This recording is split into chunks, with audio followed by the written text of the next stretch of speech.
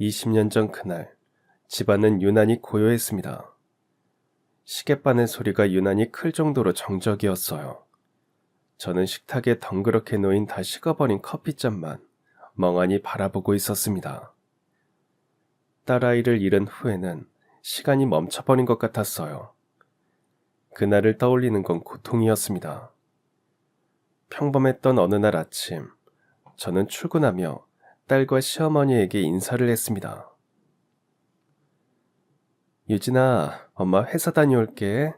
할머니 말씀 잘 듣고 있어. 어머니, 이따 퇴근하고 올 때 장 보러 갈 건데 필요한 거 없으세요? 아유, 됐다. 안 그래도 힘든데 바로 집으로 와라. 내가 이따가 유진이 데리고 장 보러 다녀오면 돼. 알겠어요. 그럼 다녀오겠습니다. 유진아, 엄마 갔다 올게. 정신없이 일하고 돌아왔는데 집안은 고요했습니다.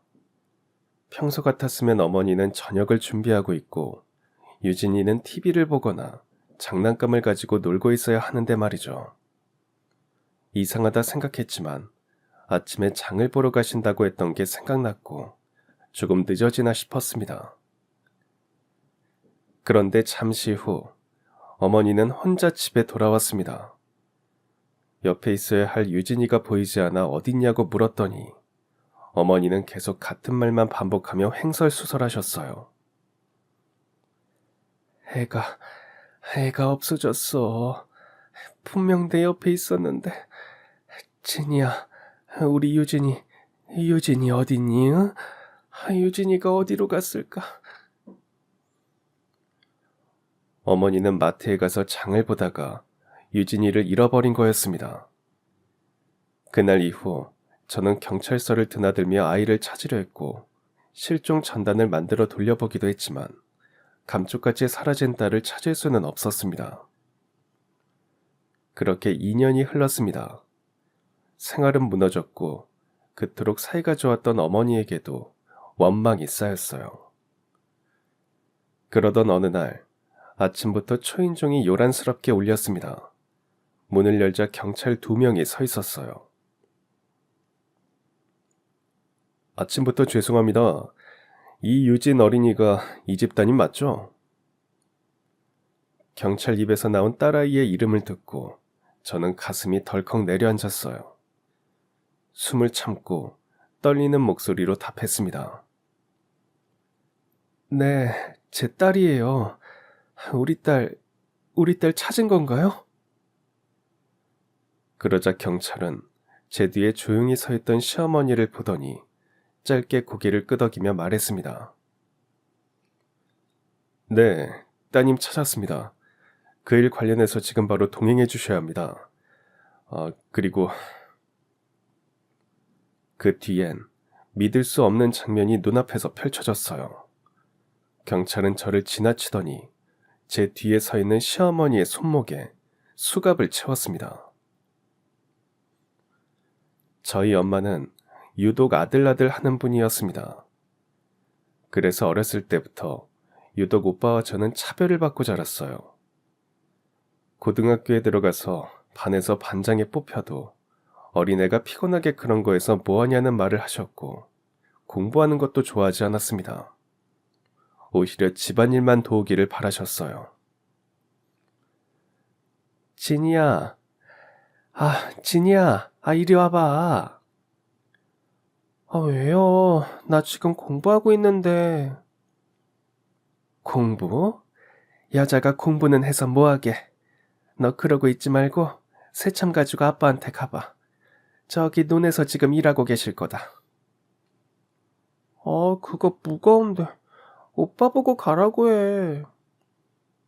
뭐? 오빠가 거길 왜 가? 오빠는 공부하기도 시간이 모자라.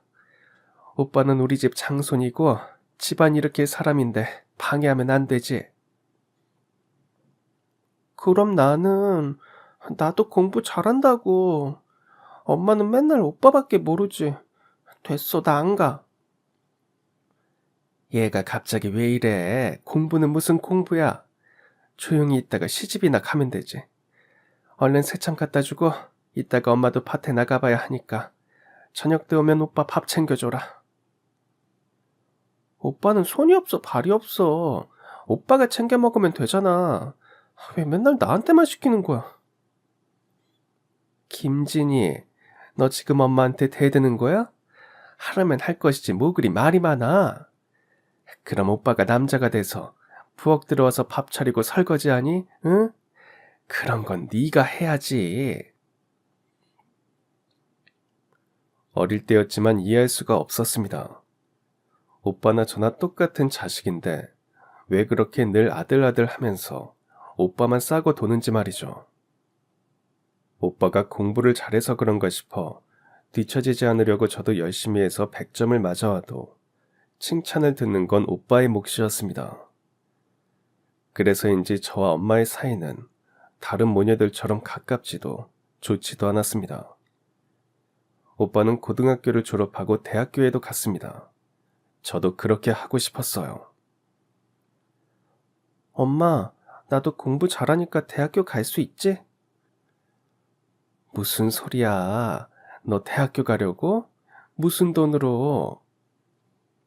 그야, 당연히 엄마랑 아버지가.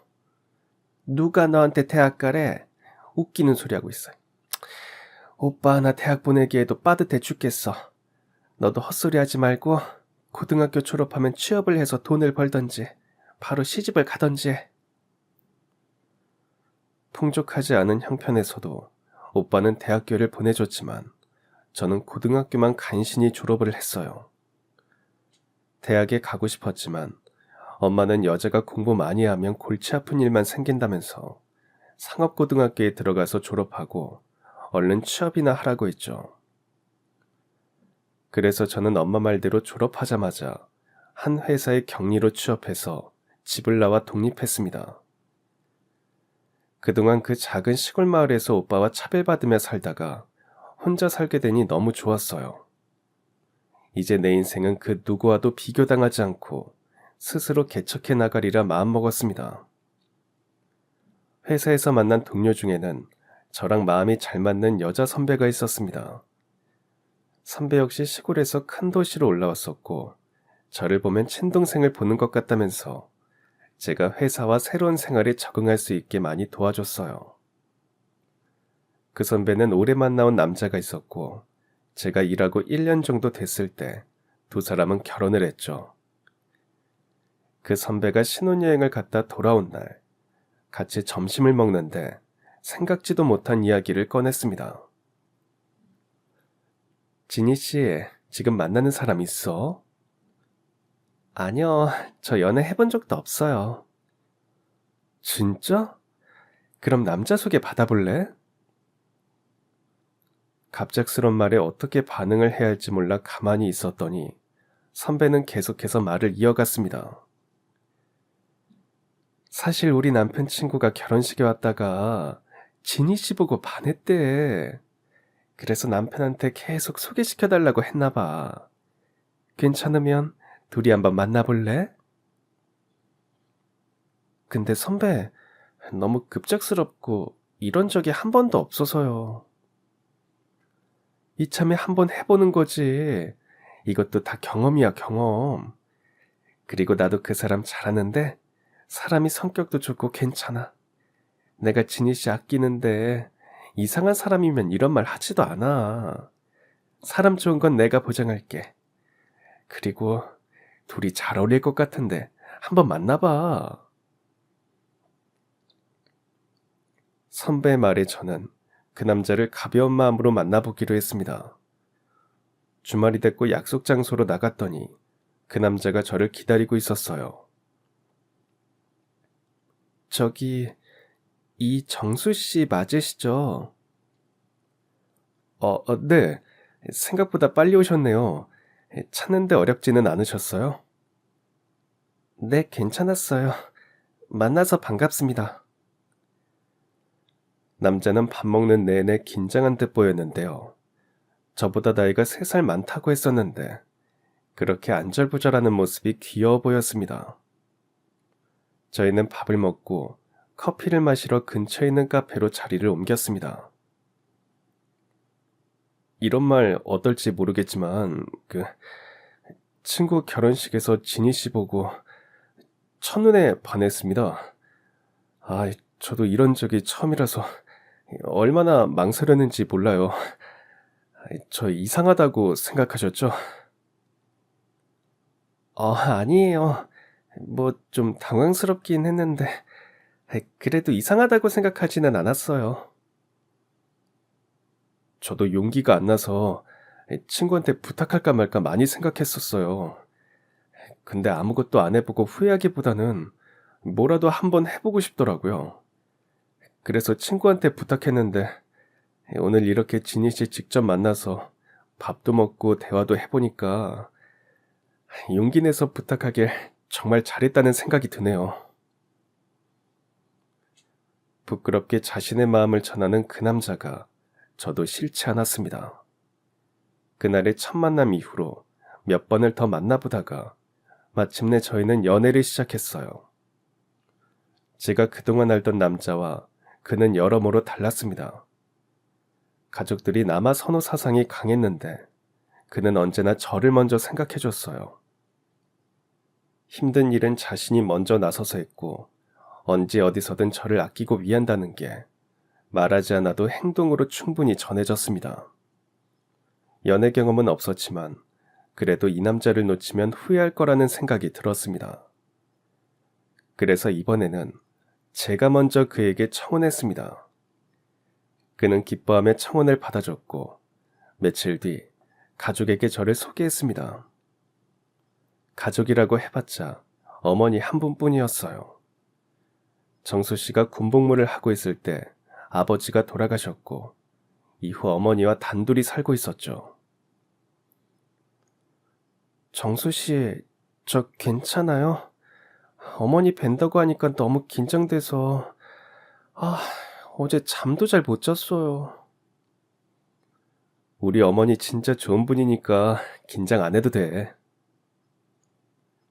정수 씨의 어머니는 그의 말대로 인자하고 다정한 분이셨고 처음 만났을 때부터 저에게 잘해주셨습니다. 저한테 잘해주는 사람이 싫을 리 없었고 처음 만난 이후로 제가 먼저 자주 찾아뵈면서 저희는 점점 가까운 사이가 됐습니다. 결혼을 준비하던 중에 시어머니의 생신이 있어서 제가 직접 모시고 백화점에 가서 옷을 사드린 적이 있는데요. 어머니는 그게 고맙다면서 제게 맛있는 밥을 사주셨습니다. 식기 전에 어서 들어. 진이야, 오늘 나랑 이렇게 같이 다녀준 것도 선물도 너무너무 고맙다. 아니에요, 어머님. 제가 해드리고 싶어서 그런 건데요. 옷 마음에 드세요? 그럼 나 이거 정말 좋은 날에만 아껴서 입을 거야. 에이, 팍팍 입으세요. 제가 또 사드릴게요. 아유, 말이라도 정말 고맙구나. 내가 정수한테는 말한 적 없지만 딸 한 명 있으면 얼마나 좋을까. 매번 그렇게 생각했거든. 내 친구들이 딸이랑 쇼핑도 하고 맛있는 거 먹으러 다니고 같이 이것저것 하는 거 보면 아휴, 그게 얼마나 부럽던지. 근데 오늘 그 소원을 이룬 것 같아. 진이 엄마는 이렇게 예쁘고 착한 딸이 있어서 정말 행복하시겠다. 저희 엄마는 그런 생각 안 하실걸요? 에? 그게 무슨 소리냐? 저희 엄마는 아들만 좋아하세요. 그래서 어릴 때부터 오빠랑 항상 차별받고 자라서 생각하시는 것만큼 살가운 사이는 아니에요. 아이고, 그랬구나. 아휴, 많이 외로웠겠다. 이제 우리 식구가 되면 천천히 엄마랑 딸처럼 지내보자. 나도 노력해볼게. 앞으로 잘 부탁한다. 시어머니의 말씀을 듣고 그동안 차별로 서러웠던 어린 시절이 위로받는 듯 했습니다. 정말 좋은 가족을 만났고 이 가족 안에서는 제가 어릴 때 느꼈던 외로움도 치유할 수 있을 것 같았습니다. 결혼 준비를 하면서 어머니는 정말로 저를 친딸처럼 아껴주셨어요. 진희 씨, 엄마가 진희 씨 결혼 준비로 힘들어 보이는 것 같다고 한약 챙겨주셨어. 밥 먹고 꼬박꼬박 챙겨 먹으라고 하시더라. 어머, 이 귀한 걸. 어머니한테 감사하다고 전화드려야겠다. 아니, 어떻게 된 게 요즘 보면 진희 씨가 우리 엄마 친딸 같아. 아, 나 좀 질투나려고 그러네. 에이, 뭘 그렇게까지 생각해요. 근데 어머니 말이에요. 나를 정말 좋아하시는 것 같긴 해요. 맞죠? 맞아. 우리 어머니가 진희 씨를 친딸처럼 아끼시는 것 같아. 사실 우리 엄마 재혼하신 거야. 아버지한테는 이미 두 딸이 있었고, 그러니까 나랑 누나들은 엄마가 다른 거지. 진짜요? 그동안 왜 말 안 했어요? 굳이 말해야 하나 싶었어. 어린 내가 봤을 때도 엄마는 누나들을 온 마음으로 다 키우셨어. 근데도 누나들은 그게 아니었던 것 같아. 엄마를 친어머니로 받아들이지 못했고 지금도 사이가 서먹하셔. 아버지 돌아가신 뒤로는 거의 왕래도 없고, 그리고 나도 누나들이랑 나이 차이도 나고 엄마가 달라서인지 그렇게 가깝지는 않아.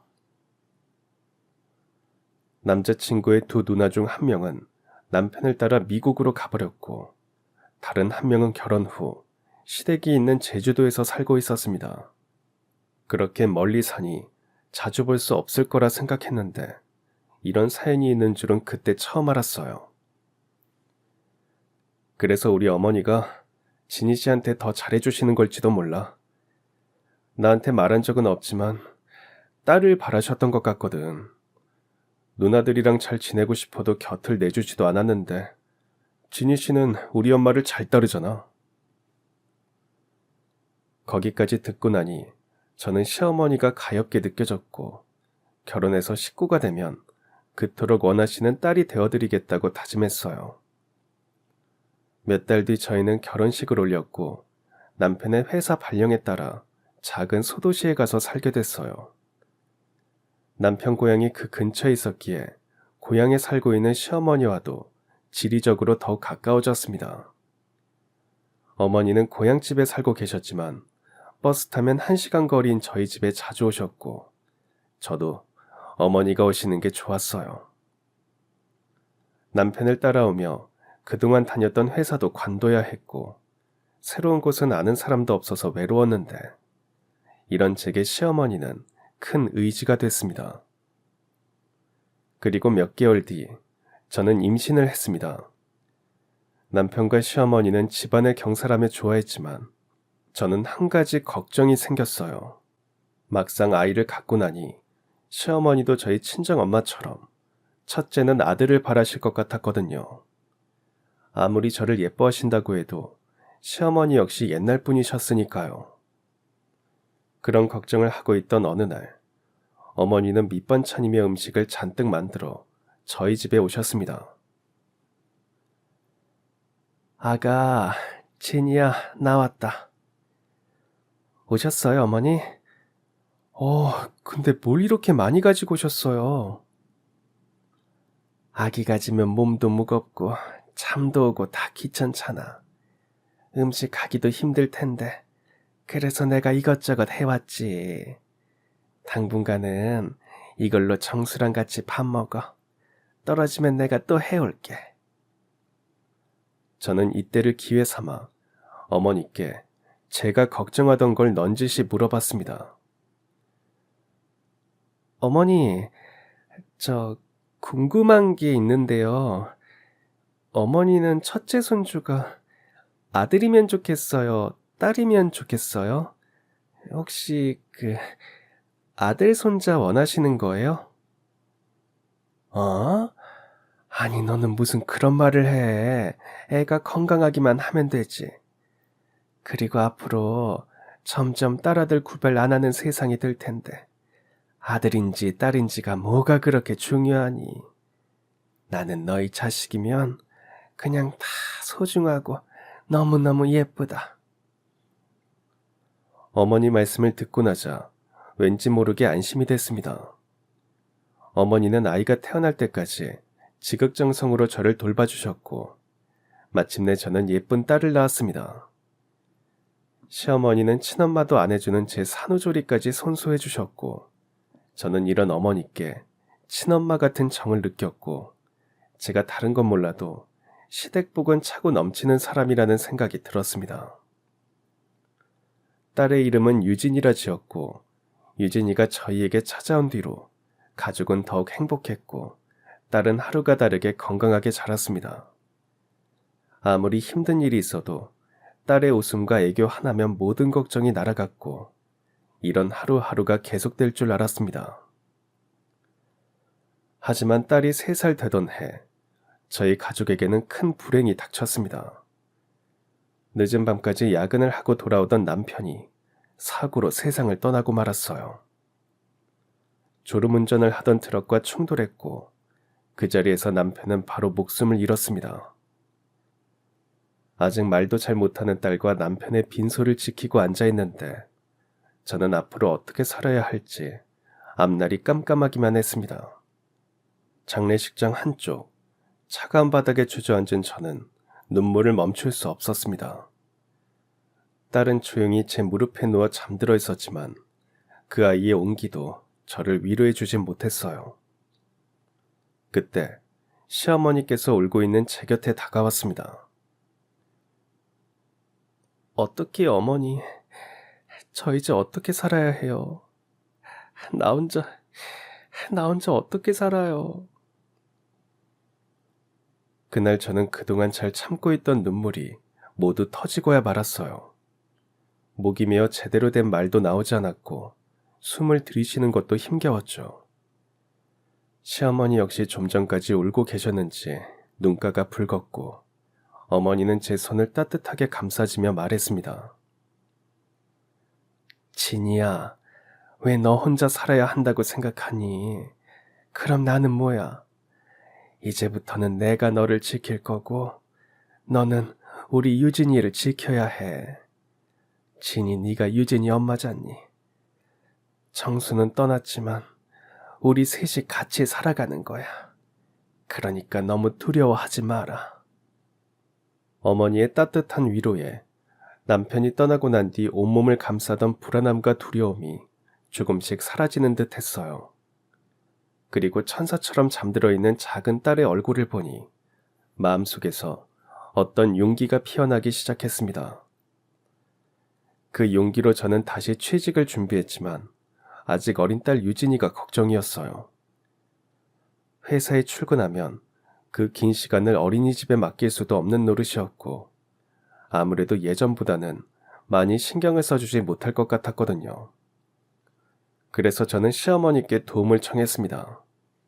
어머니, 제가 다시 일하게 되면 저희랑 같이 사시는 거 어때요? 그러면서 유진이도 봐주시고요. 제가 용돈도 챙겨드릴게요. 진이야, 너 서운하게 이럴래?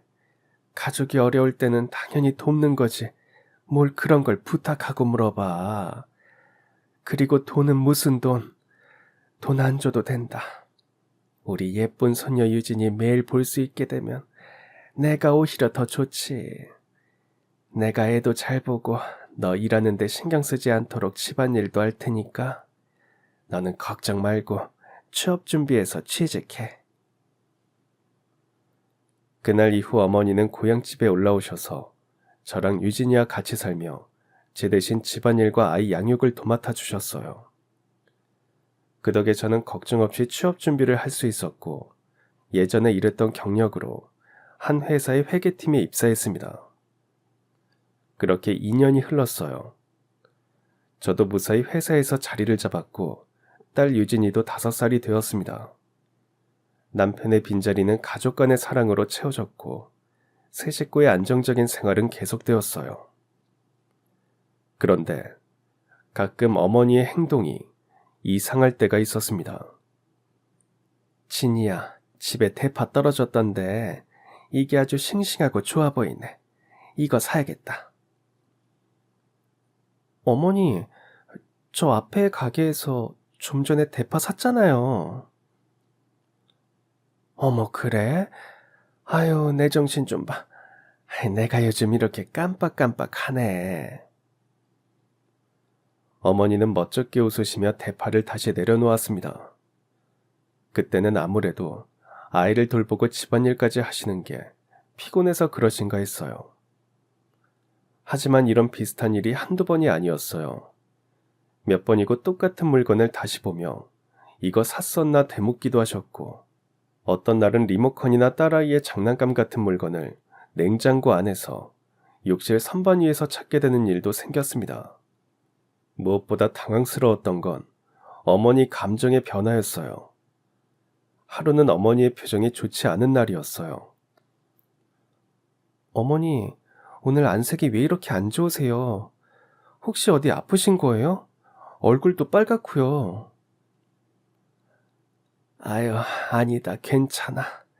그냥 나이가 들어서 그런가 보다. 별일 아닌 듯 말씀하셨지만 저는 아무래도 걱정이 돼서 어머니의 이마를 짚어보려고 했어요. 그러자 어머니는 제 손을 탁 쳐내면서 그동안 한 번도 들어보지 못한 짜증스러운 말투로 말씀하셨습니다. 아, 괜찮다고 하는데 얘가 왜 이래? 병자 취급하지 마라. 어머니는 그렇게 화를 내시고는 자신도 깜짝 놀라신 듯 했습니다. 그러더니 갑자기 또 자신이 쳐낸 제 손을 잡으며 인자한 말투로 말씀하셨어요. 진이야, 손 아팠지? 아유, 빨개졌네. 미안하다. 내가 좀 예민했나 봐. 평소엔 다정하고 인자하시던 분이 갑자기 예민하게 반응하거나 전혀 기분 나쁘지 않은 말에 화를 내는 일도 있었습니다. 그러다 금세 다시 아무 일 없었다는 듯 웃으시는 모습을 보면 저도 어떻게 반응해야 할지 몰랐어요. 그땐 그냥 나이 탓이려니, 기분이 안 좋으신 날이려니 하고 넘겼습니다. 당시엔 몰랐지만 지금 와서 생각하면 그 모든 순간이 하나의 징후였던 것 같아요. 아주 조용하고 은근하게 다가오는 변화. 그게 바로 저희 가족이 겪게 될 진정한 불행의 시작이었던 것 같습니다. 그날도 보통의 날과 다를 바 없었어요. 금요일 아침이었고 하루만 출근하면 주말에는 푹 쉴 수 있다는 생각에 마음이 가벼웠고 기분 좋게 딸과 시어머니에게 다녀오겠다는 인사를 했습니다. 유진아, 엄마 회사 다녀올게. 할머니 말씀 잘 듣고 있어. 어머니, 이따 퇴근하고 올 때 장 보러 갈 건데 필요한 거 없으세요?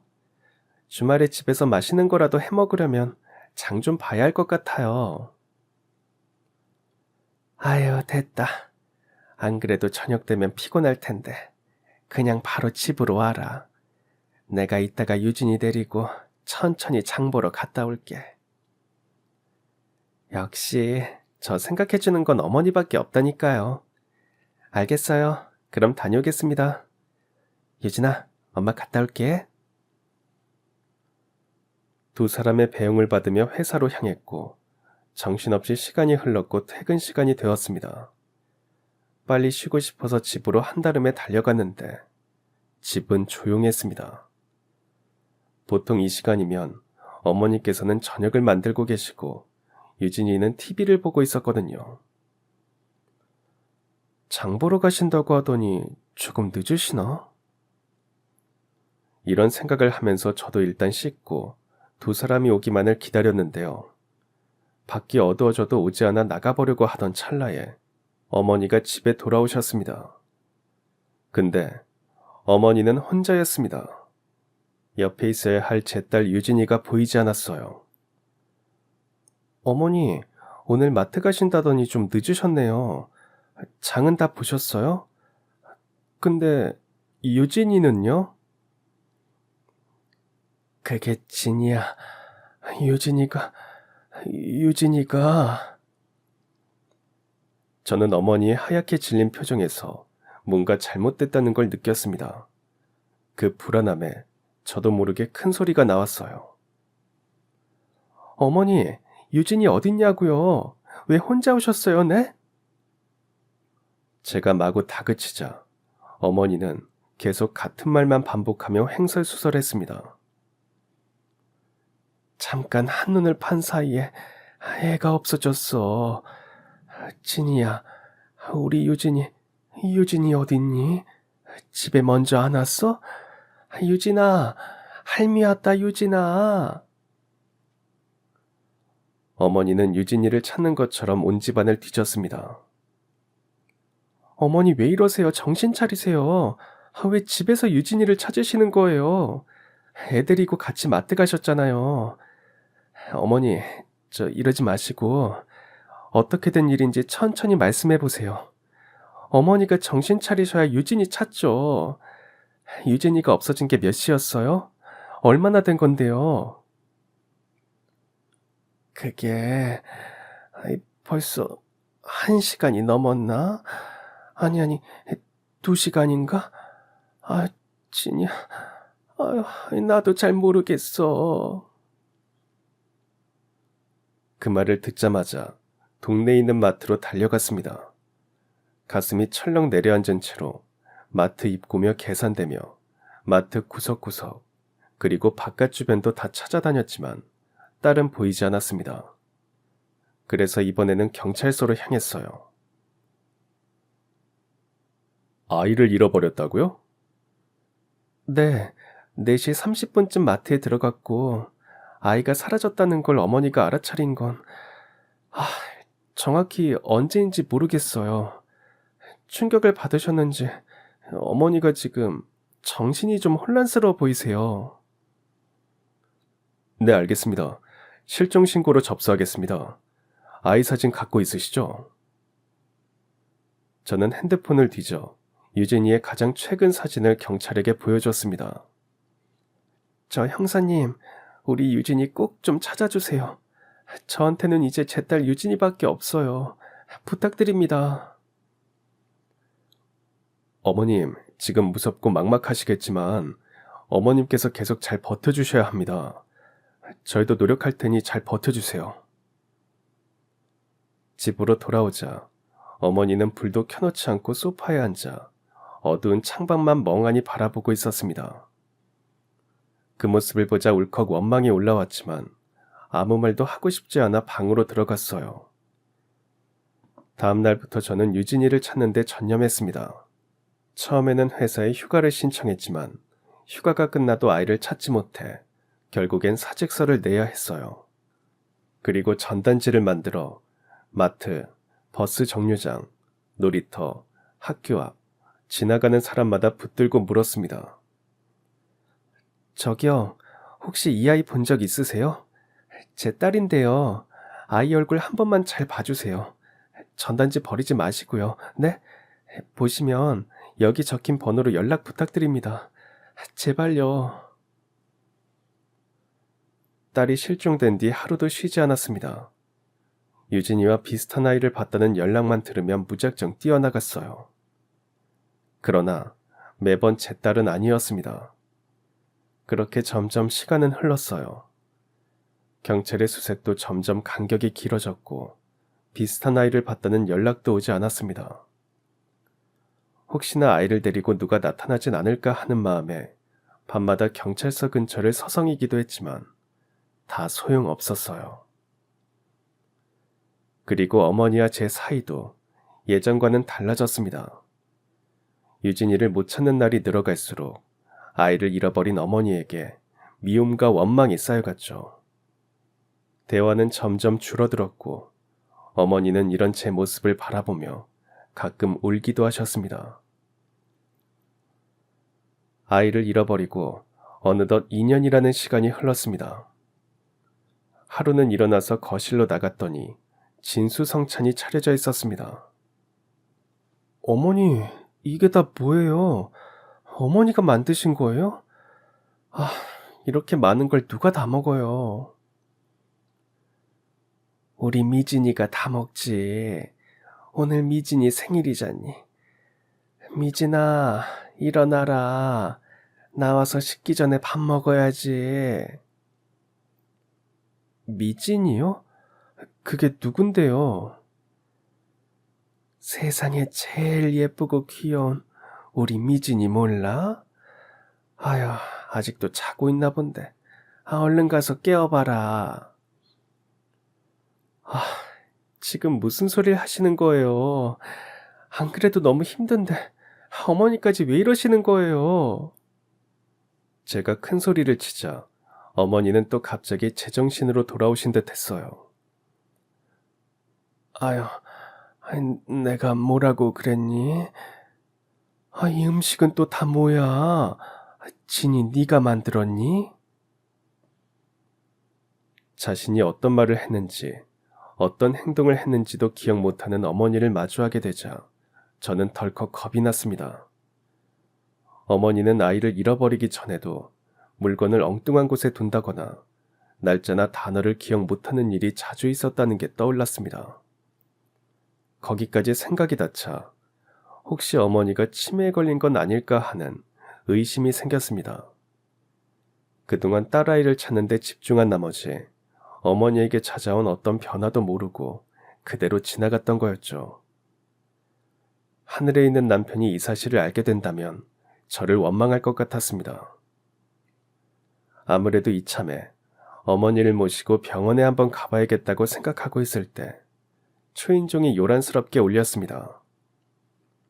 문을 열자 경찰 2명이 서 있었어요.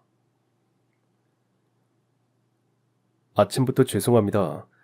여기가 김진희 씨 댁 맞나요? 네, 제가 김진희예요. 형사님, 혹시 제 딸 찾았나요? 그게 이유진 어린이가 이 집 따님 맞죠? 경찰 입에서 나온 딸아이의 이름을 듣고 저는 가슴이 덜컥 내려앉았어요. 숨을 참고 떨리는 목소리로 답했습니다. 네, 제 딸이에요. 우리 딸 유진이 찾은 거 맞죠? 가슴이 철렁 내려앉고 숨이 멎는 것만 같았어요. 경찰은 차분하고 어딘가 조심스러운 말투로 이야기했습니다. 네, 유진 어린이 찾았습니다. 2년 전 실종 직후에 시골의 한 고아원으로 들어간 걸로 확인됐습니다. 그리고 경찰이 말한 시골은 남편의 고향이었고 고향집이 있는 곳이었습니다. 그 말을 듣고 놀라서 얼어있는 저를 그대로 지나쳐 시어머니에게로 향했고 어머니의 손목에 수갑을 채우며 믿을 수 없는 말을 했습니다. 강영순 씨, 실종아동 유기 혐의로 조사 대상입니다. 임의 동행 요청드리겠습니다. 수갑이 채워지는 소리에 저는 다리에 힘이 풀린 나머지 그 자리에 주저앉았습니다. 눈앞에 일어난 모든 일이 현실이 아닌 꿈이길 간절히 바랬어요. 저는 바로 딸아이가 있는 경찰서로 향했습니다. 대기실에서 딸 유진이를 기다리며 앉아있는 시간이 2년보다 더 길게 느껴졌어요. 곧 문이 열리고 여성 경찰관과 어떤 여자 한 분이 조심스럽게 아이의 손을 잡고 들어왔습니다. 7살이 된 아이는 2년 전과는 달라진 모습도 있었지만 그래도 단번에 제 딸 유진이라는 걸 알 수 있었어요. 당장 달려가 그 작은 몸을 껴안았습니다. 유진아, 엄마야, 엄마. 엄마 알아보겠어? 유진이는 저를 처음 보는 사람인 양 알아보지 못하는 눈빛이었습니다. 그저 제 얼굴을 보면서 눈만 끔뻑이고 있었어요. 그 모습에 제가 당황스러워하자 아이를 데리고 온 중년의 경찰관이 조심스럽게 말했습니다. 유진이 어머님, 그게 유진이가 말을 못한다고 합니다. 아니, 정확하게 말하면 실종 당시에 받았던 어떤 충격 때문인지 말을 안 하고 있대요. 믿을 수 없는 상황에 아무런 말도 할 수 없었어요. 그저 한참 동안 아이를 끌어안고 있을 수밖에 없었습니다. 그러다 다시 고개를 들어 천천히 아이의 얼굴을 보고 눈을 마주치며 말했습니다. 내가 유진이 엄마야. 천천히 엄마 얼굴 봐봐, 응? 우리 유진이 이렇게 다시 엄마한테 돌아와줘서 고마워. 엄마는 그걸로도 충분해. 저는 아이의 작은 몸을 다시 끌어안았습니다. 아이에게서는 2년 전에 익숙한 냄새가 났어요. 한참 뒤, 저는 아이를 데리고 밖으로 나가 그동안 보살펴준 고아원 원장님도 만났습니다. 안녕하세요, 원장님. 저희 유진이 잘 보살펴 주셔서 감사합니다. 아니에요. 유진이가 말을 안 하는 것 때문에 검사를 받아봤는데요. 자신이 버림받았을 때의 충격 때문에 기억을 못하는 것도 있고 마음의 문을 닫아버렸다고 해요. 그래도 이제 친엄마도 만났으니 잘 보살펴 주시면 점점 모든 기억도 돌아오고 말문도 다시 열릴 거예요. 네, 꼭 그래야겠죠. 제가 그렇게 할 거예요. 근데 원장님, 우리 유진이가 어떻게 거기까지 가게 됐을까요? 그때 어떤 분이 애가 혼자 있었다고 하면서 데려다 주셨어요. 나이가 지긋한 분이었는데 경찰에게 들어보니 그분이 유진이 친할머니였다고 하더라고요. 정말요?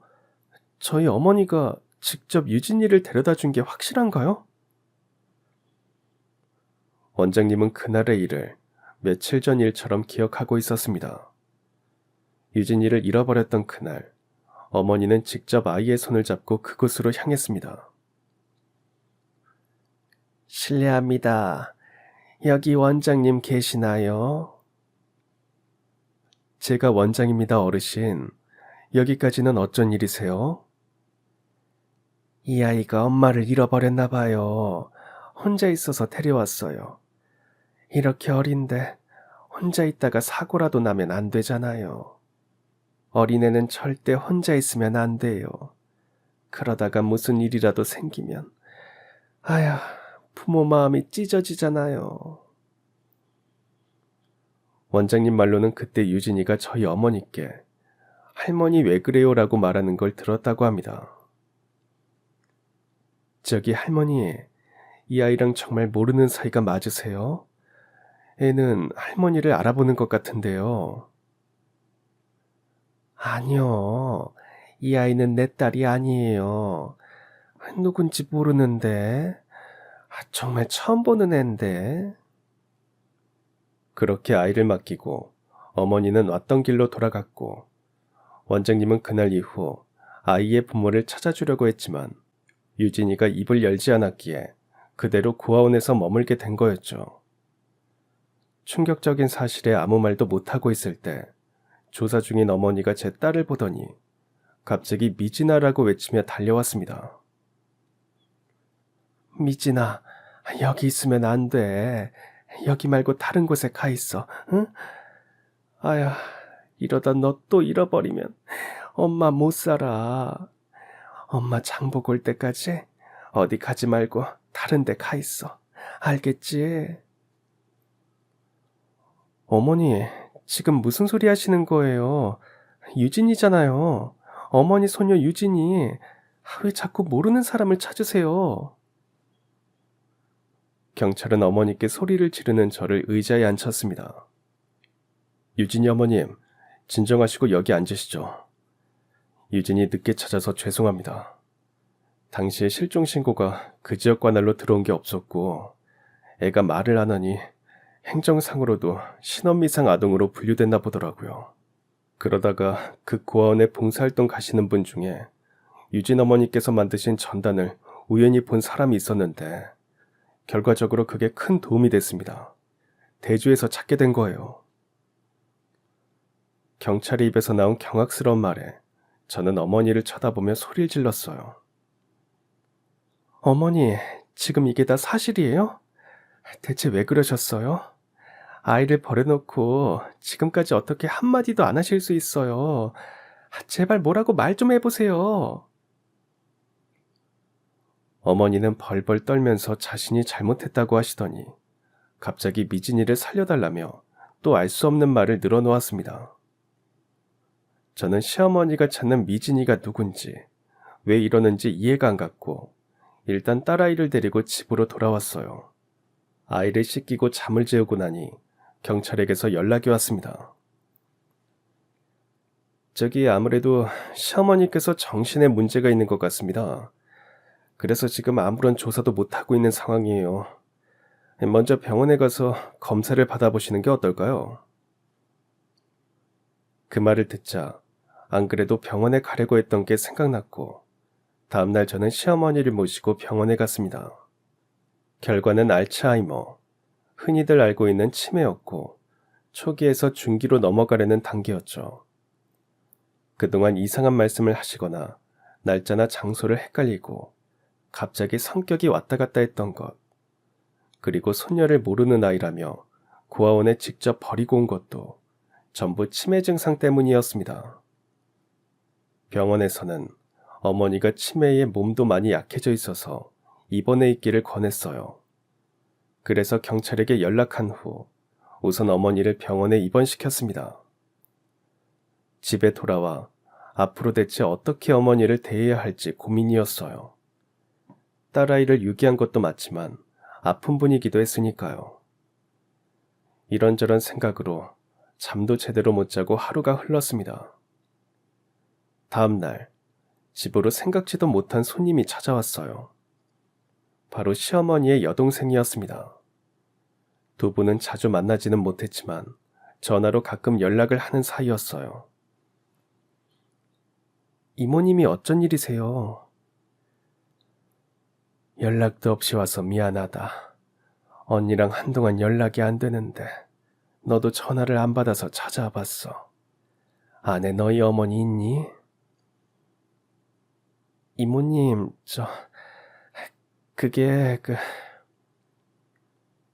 왜 그래? 언니 어디 가셨어? 내가 괜히 왔나? 저는 그간의 일을 하나도 빠짐없이 말씀드렸고 이모님은 제 말을 듣고는 눈물을 보이셨어요. 저기 진이야, 언니 대신 내가 다 사과하마. 우리 언니 불쌍한 사람이야. 진이 네가 부디 이해를 해줄 수는 없겠니? 왜 그러시는지 알아야 이해를 하죠. 유진이 잃어버린 건 치매 때문이라 그렇다 쳐도 어머니께서 매일 찾아대는 미진이 대체 그 사람이 누군데 그러시는 건지 답답하기만 해요. 물어봐도 제대로 말씀도 안 해주시고요. 저는 답답한 나머지 이모님께 한탄스럽게 말했어요. 이모님은 잠시 생각하시는 듯 하더니 이내 미진이라는 여자에 대한 이야기를 해주셨습니다. 진이 너도 우리 언니가 재혼했다는 건 알고 있지? 미진이는 언니가 첫 번째 결혼했을 때 낳았던 딸 이름이야. 저는 어머니께 딸이 있다는 건 몰랐기에 그 말을 듣고 놀랐습니다. 어머니께서는 첫 딸이었기에 지극정성으로 금이야 오기야 하며 끔찍하게 아끼며 키웠다고 합니다. 이모님은 계속해서 이야기를 이어가셨어요. 미진이가 4~5살쯤 됐을 때였나. 둘이 같이 시장으로 장을 보러 갔다가 그만 아이를 잃어버린 거야. 언니는 넋이 나간 사람처럼 미진이만 찾으러 다녔는데 이틀 후에 드디어 아이를 찾았어. 근데 미진이는 이미 목숨을 잃은 후였지. 어린애가 어떻게 간 건지는 모르겠지만 강에 빠져 사고를 당한 거야. 그 뒤 언니는 아이를 챙기지 못했다는 죄책감에 식음도 전폐했고 가족들한테는 외면당했어. 그래서 결국 이혼을 한 거란다. 아휴, 말이 이혼이지. 거의 그 집에서 맨몸으로 쫓겨나다시피 했어. 저는 어머니가 재혼했다는 걸 알았지만 이런 사연이 있는 건 몰랐습니다. 저도 딸을 잃을 뻔했으니 어머니의 마음이 공감 가는 부분도 있었죠. 아무 말도 못하고 있는 저를 보면서 이모님은 말씀을 이어갔습니다. 사실 우리 언니가 너를 며느리로 맞으면서 그때 먼저 보낸 미진이가 생각났다고 해. 그래서 어릴 때 딸한테 못해줬던 걸 너한테 다 해주고 싶었대. 그리고 네 딸 유진이가 태어났을 때는 미진이의 어린 시절을 또 한 번 보게 되는 것 같아서 매일이 행복하다고 그랬었어. 그건 진심이었을 거야. 우리 언니가 한 행동은 잘못됐지만 그래도 네가 며느리로서 조금 이해해주면 안 될까? 어머니께는 수십 년 전의 그 일이 트라우마로 남아있는 것 같았습니다. 제 딸이 자신의 딸과 비슷한 나이가 되자 유진이에게서 딸이 겹쳐 보이게 됐고 또 한 번 잃어버리지 않으려고 어딘가에 숨겨뒀다가 치매 때문에 그 사실을 잊어버린 게 아닐까 하는 생각이 들었어요. 거기까지 생각이 닿자 제 마음은 더욱 복잡해졌습니다. 그동안 어머니와 보낸 시간을 떠올려보면 친엄마와 다름이 없었고 좋았던 시간이 훨씬 많았으니까요. 그리고 남편이 죽은 이후로 어머니와 서로 의지하며 살아오면서 말로는 설명할 수 없을 정도로 깊은 사이이기도 했죠. 그래서 저는 힘들어도 시어머니를 용서하기로 마음먹었습니다. 다음 날 어머니를 만나려고 병원을 찾았습니다. 어머니, 저 왔어요. 오늘은 좀 어떠세요? 친이 왔니? 저기, 우리 유진이는 괜찮아? 네, 괜찮아요. 몸은 건강한 것 같아요. 어머니는 다행히 제정신으로 돌아와 있었고 자신이 한 일도 다 기억을 하는 것 같았습니다. 그리고 어머니의 표정은 복잡해 보였습니다. 이내 고개를 푹 숙이시더니 어떤 결심이라도 한 듯 저를 보며 말씀하셨어요. 진이야, 나 보기 힘들 텐데 애써 이제 안 와도 된다. 미안함에 제 눈도 잘 못 마주치던 시어머니는 침대에 내려오시더니 제 앞에 무릎을 꿇고 용서를 비셨어요. 진이야, 내가 정말 잘못했다. 그렇게 끔찍한 짓을 한 것도, 너랑 유진이를 고통 속에 살게 한 것도 미안해. 그리고 이 모든 걸 다 잊어버린 것도 내 사과하마. 용서해달라고는 안 하마. 어떻게 내가 한 짓을 용서받을 수 있겠니? 저는 눈물을 흘리며 자신을 용서하지 말라는 시어머니의 손을 잡았습니다. 어머니, 일어나세요. 바닥이 차요. 진이야, 그날 나는 유진이를 미진이로 본 것 같아. 미진이가 누구냐면... 어머니, 괜찮아요. 말씀 안 해주셔도 돼요. 이모님이 다 알려주셨어요. 그래? 그랬구나. 내 잘못으로 잃어버리고 결국엔 먼저 보낸 안타깝고 가여운 내 딸. 유진이가 미진이를 잃어버렸을 때랑 비슷한 나이가 되어가니 그 애가 더더욱 생각이 났어.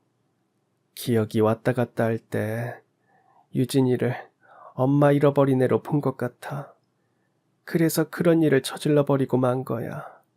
너한테는 네가 안 겪어도 될 끔찍한 일을 겪게 만들었고 이게 전부 내 탓이야, 내 탓.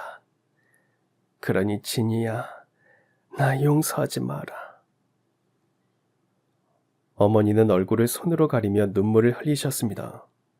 어머니의 작고 마른 손이 참 초라해 보였어요. 어머니, 솔직히 어머니에게 화도 났고 밉기도 했어요. 원망도 했고요.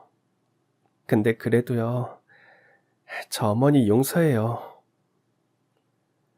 아유, 아니야. 용서 안 해도 된다. 난 너희 모녀한테 용서를 받을 자격이 없어. 내가 벌도 다 받을 거고 앞으로는 너와 유진이한테 나타나지 않으마. 어머니, 이러지 마세요.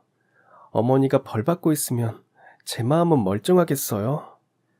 저희가 영 끊고 살면 나중에 정수 씨는 어떻게 봐요? 유진이도 둘도 없는 소중한 제 딸이지만 어머니도 마찬가지예요.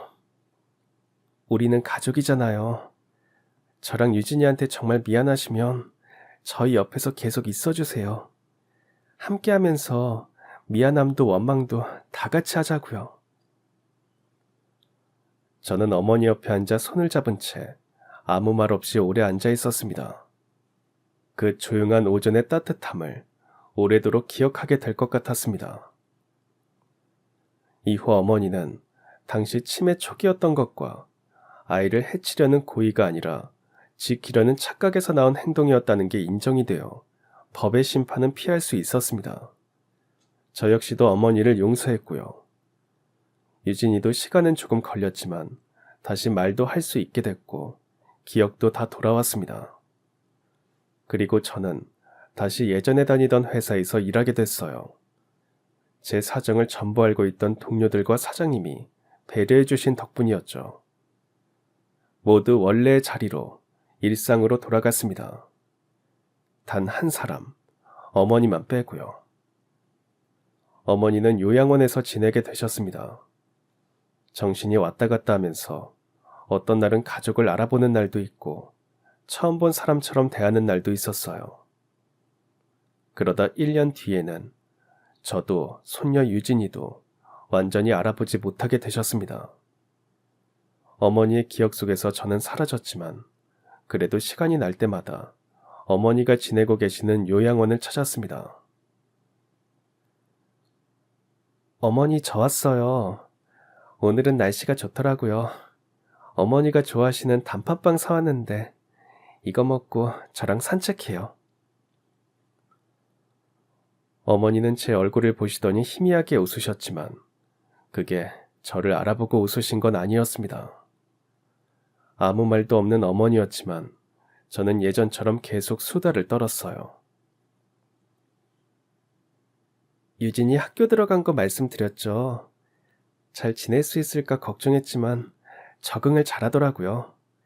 친구도 많이 생겼어요. 예전보다 키도 크고 가끔은 할머니도 찾아요. 할머니가 해주던 김치찌개 먹고 싶다고 하면서요.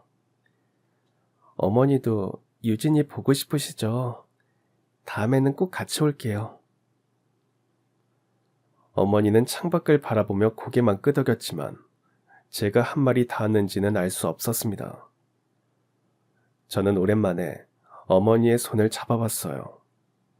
그 손은 작고 거칠었지만 여전히 따뜻했습니다. 그 일이 있고 시간은 흘러 저도 어느덧 50대가 되었고 딸 유진이도 어른이 되었습니다. 그동안 저희 모녀는 변함없이 어머니 곁에 머물렀어요. 계절이 몇 번이고 바뀌는 동안 어머니는 조금씩 세상을 놓아갔지만 저희는 그 손을 잡고 함께 했어요. 기억을 못해도 좋으니까 몇 년만, 아니 몇 달만이라도 더 같이 있었으면 했지만 어머니는 10년 전 봄, 긴 잠에 들듯 조용하게 삶을 마감하셨습니다. 그때 어머니의 표정은 그 어떤 때보다 편안해 보이셨습니다. 이후 어머니를 보냈던 계절이 돌아오면 유독 하늘을 자주 보게 돼요. 그리고 속으로 어머니께 안부를 묻습니다. 어머니, 이제 몸도 마음도 괜찮으시죠? 거기서 정수 씨도, 그리고 어릴 때 떠난 어머니의 딸 미진이도 만났을 거라 생각하고 있어요. 여기서 저랑 유진이랑 잘 살았던 것처럼 이제는 거기서 세 사람이 행복하게 사셨으면 해요. 어머니, 원망도 했고 미워도 했지만 그래도 항상 감사했어요. 가끔은 이런 생각도 들었습니다. 그 모든 일이 없었다면 어머니와 저는 어떤 모습이었을까 하고요. 하지만 곧 그런 건 중요하지 않다는 걸 깨닫습니다. 비록 슬프고 아팠지만 우리가 겪은 그 시간들이 있었기에 서로를 더 이해할 수 있었고 진정한 가족이 되었으니까요. 기억은 언제나 완전하지 않습니다. 흐려지거나 지워지기도 하죠. 하지만 우리가 함께 있었던 시간들, 그리고 그 안에서 서로를 위했던 마음만큼은 지워지지 않을 겁니다. 어머니 없이 맞는 10번째 봄, 이 계절은 여전히 어머니의 손처럼 따뜻합니다. 그럼 지금까지 사연 들어주셔서 감사합니다. 사연이 재밌으셨다면 구독과 좋아요 부탁드려요. 감사합니다. 안녕히 계세요.